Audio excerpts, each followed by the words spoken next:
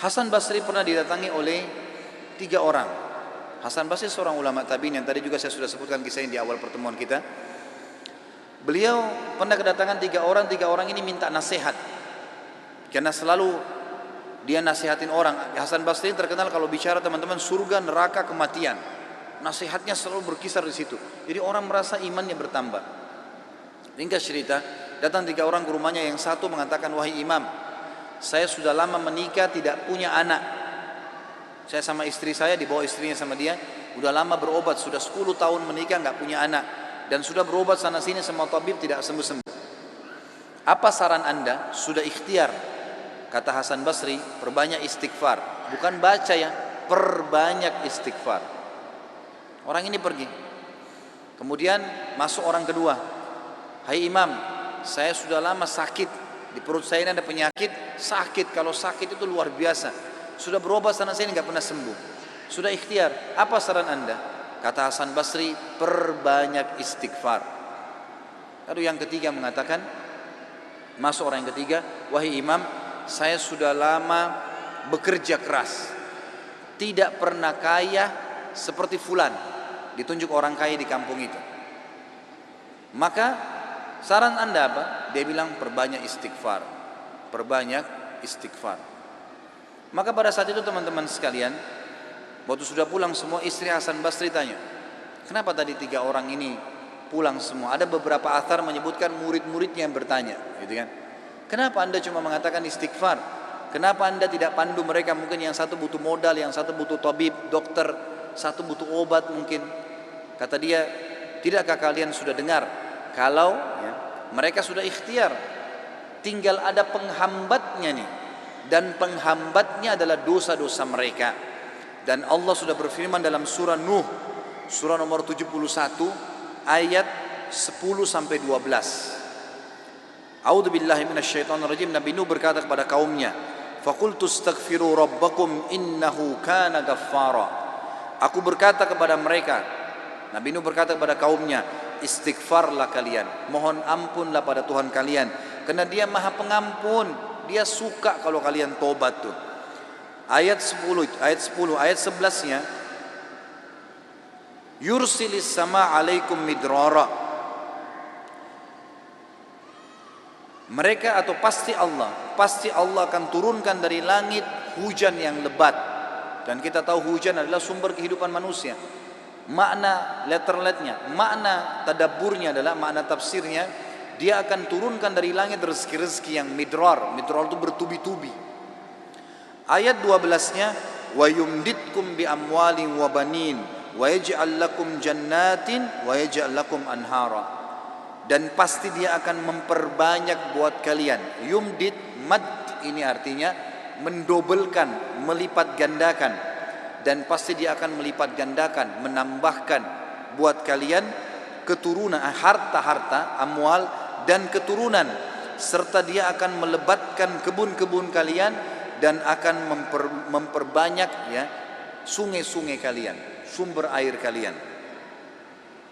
Imam Ahmad rahimahullah pernah didatangi teman-teman sekalian oleh seseorang. Maaf, Imam Ahmad pernah di akhir hidupnya, ini kalau teman-teman yang pernah dengar kisahnya, maaf saya ulangi karena memang berhubungan dengan poin ini. Pernah Imam Ahmad rahimahullah di akhir hidupnya dia tidak tahu kenapa dia harus mendatangi sebuah tempat. Lalu kemudian dia pergilah ke sana. Setelah dia tiba di kota itu, tiba waktu maghrib, dia masuk ke sebuah masjid, lalu dia sholat maghrib. Habis maghrib beliau duduk rahimahullah dengan membaca Al-Quran ya. Imam Ahmad ini kalau nggak salah meninggal tahun 240-an, salah satu dari 4 imam madhab ya. Imam Ahmad rahimahullah masuk ke masjid, kemudian beliau duduk sholat maghrib, duduk mengaji sampai isya. Beliau sholat isya berjamaah karena tidak tahu kenapa datang ke kota itu. Lalu kemudian beliau ingin istirahat. Habis sholat ba'diyah isya, orang-orang semua pada bubar. Imam Ahmad ke sudut masjid, lalu dia baring. Marbot masjidnya datang, tanya, wahai imam, wahai syekh. Syekh ini dalam bahasa Arab bisa berarti orang tua, orang kaya, atau orang pintar. Ya, bisa 3 artinya. Kebetulan Imam Ahmad dipanggil syekh di sini, maksudnya adalah orang tua. Hai syekh, hai orang tua gitu ya. Kenapa anda di sini? Kata Imam Ahmad, saya mau istirahat, saya musafir, nggak ada kenalan. Kata dia, tidak bisa di masjid. Anda harus keluar dari masjid. Lalu kemudian disuruh keluar. Kata Imam Ahmad, saya didorong-dorong dari masjid, keluar dari masjid. Begitu keluar dari masjid, marbot masjid kunci masjid. Kemudian Imam Ahmad lihat dia sudah pergi. Imam Ahmad baring di teras masjid. Marbotnya kembali lagi. Lalu mengatakan, wahai syekh, ngapain di sini? Dia bilang seperti saya bilang, saya musafir, saya butuh istirahat. Ya. Kata marbotnya nggak bisa. Ini masjid, peraturan nggak boleh duduk di sini. Lalu kemudian didorong-dorong Imam Ahmad sampai ke jalanan. Di sebelah masjid ada satu orang penjual roti. Penjual roti ini lihat kejadian tersebut, lalu dia mengatakan, hai syekh, dipanggil Imam Ahmad, orang tua gitu ya, kesinilah, ada tempat saya. Datanglah dia, Imam Ahmad, lalu Imam Ahmad berkata, orang itu berkata, ini tempat saya usaha jual roti. Di belakang saya jual roti ini ada kamar saya biasa istirahat. Rumah saya tidak jauh dari sini, Anda boleh istirahat. Besok pagi Anda boleh pergi. Gitu. Dia bilang baik, jazakallah khair. Imam Ahmad duduk. Imam Ahmad ini karena zaman dulu nggak ada foto, orang nggak tahu wajahnya orang, cuma kenal nama. Nggak kita sekarang bisa lihat fotonya, bisa tahu orangnya gitu. Imam Ahmad bilang ada satu kegiatan orang ini yang unik. Setiap kali orang ini pecahin telur, ambil gandum, ya, tepung, kemudian taruh garam, diaduk, selalu astagfirullah wa atubu ilaih, astagfirullah wa atubu ilaih, terus astagfirullah wa atubu ilaih, terus dia mengucapkan itu.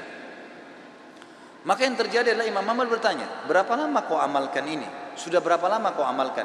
Kebetulan Imam Ahmad ini di akhir hidupnya ya, sudah sangat tua. Orang ini juga seumur Imam Ahmad. Dia bilang sudah lama, dari saya masih muda. Kata Imam Ahmad, apa hasilnya istighfarmu ini? Dia bilang semua yang saya minta sama Allah dikabulkan. Apa saja? Belum pernah saya minta sama Allah nggak dikabulkan.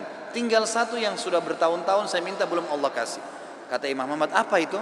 Dia bilang saya minta agar dipertemukan dengan Imam Ahmad. Maka Imam Ahmad bertakbir mengatakan Allahu Akbar. Karena istighfarmu inilah ya, Allah subhanahu wa ta'ala mengutus saya datang ke kotamu ini, dan saya tidak tahu kenapa saya datang. Karena istighfarmu lah marbot masjid melarang saya tidur di masjid dan saya didorong-dorong. Istighfarmu lah yang membuat kau menawarkan saya untuk datang dan nginap di tempatmu. Saya Ahmad bin Hanbal. Allah Azza wa Jal datangkan Imam Ahmad ke rumahnya karena istighfarnya. Ini luar biasa. Kisah seorang ibu yang berada di wilayah Kashmir. Kisah belum lama terjadi. Ibu ini rupanya punya, kalau saya tidak salah cucu atau ada anaknya perempuan, kena penyakit tulang, sakit. Ibu ini selalu berdoa kepada Allah SWT sambil beristighfar, karena dia sudah bawa ke dokter di sekitar rumah situ, di sekitar kampungnya tidak ada, gitu kan? Nggak ada yang bisa tanganin. Mereka cuma bilang ada satu dokter ya yang mampu menangani ini, tapi di India. Dia di India dan dokter itu Muslim, ahli spesialis tulang. Cuma dia yang bisa. Ibu ini tahu dia tidak punya kemampuan uang beli tiket pesawat atau kendaraan, mau bayar dokter tidak mungkin. Maka ibu ini memperbanyak doa dan istighfar. Selalu istighfar kepada Allah. Ya Allah, kalau ada dosa maafkanlah, sembuhkan anak ini. Ya Allah, pertemukan sama dokter itu, mudahkan supaya anak saya ini berobat.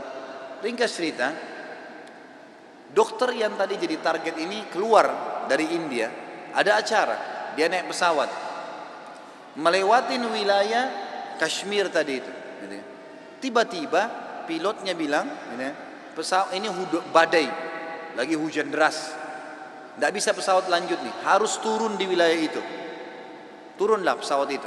Begitu turun, tiba di bandara, kata dokternya, saya harus, ini ada seminar, saya harus hadiri. Berapa jauh dari sini? Orang itu bilang target Anda sekitar 4 jam dari sini. Kata dokter, baik, saya mau sewa mobil. Ya, masih bisa keburu, gitu kan? Masih sekitar 6-5 jam lagi acaranya, 5-6 jam lagi. Begitu dia sewa mobil, jalan sedikit dari bandara, ternyata ya, hujan makin keras. Kata supirnya nggak bisa kita jalan. Kalau jalan ini paksanya bisa kita dihancurin oleh badai. Kata dokternya baiklah kita istirahat. Mampir di pinggir, mampir ke sebuah rumah. Rumah itu rumah tua, rumah kayu. Lalu tabibnya ini, dokternya ini naik ke rumah itu, berteduh, ketuk-ketuk, ucapin salam, dijawab waalaikumsalam. Keluarlah seorang ibu. Lalu kemudian dokter ini bilang, maaf, kami ini musafir, hujan lebat, bisa berteduh di sini? Kata ibunya silahkan. Lalu ibunya itu mengambilkan minuman, dihidangkan minuman. Waktu sementara duduk di ruang tamu, anak perempuan si ibu ini lagi nangis-nangis kesakitan tulangnya. Ini ibu yang tadi sakit tulang. Ini dokter yang jadi target sampai di rumahnya. Lalu kemudian Dia berkata tabib ini, kenapa anaknya ibu? Dia bilang sakit tulang. Kenapa kok sakit? Kenapa nggak dibawa ke dokter? Sudah. Tapi kata dokter semua tidak bisa sembuh. Dan dokter yang bisa tangani cuma seorang dokter di India namanya Fulan. Disebutkan namanya dokter ini. Dokternya tiba-tiba nangis lalu berkata, segala puji bagi Allah subhanallah yang telah mendatangkan saya ke rumah ibu. Saya ini dokter yang ibu sedang targetkan. Allah datangkan dokter itu ke rumahnya justru karena istighfarnya, karena doanya kepada Allah SWT. Tidak pakai biaya, malah dokter itu biayai gratis dan datang ke rumahnya. Seperti itu, dan banyak ribuan kisah begini teman-teman sekalian yang berhubungan dengan istighfar.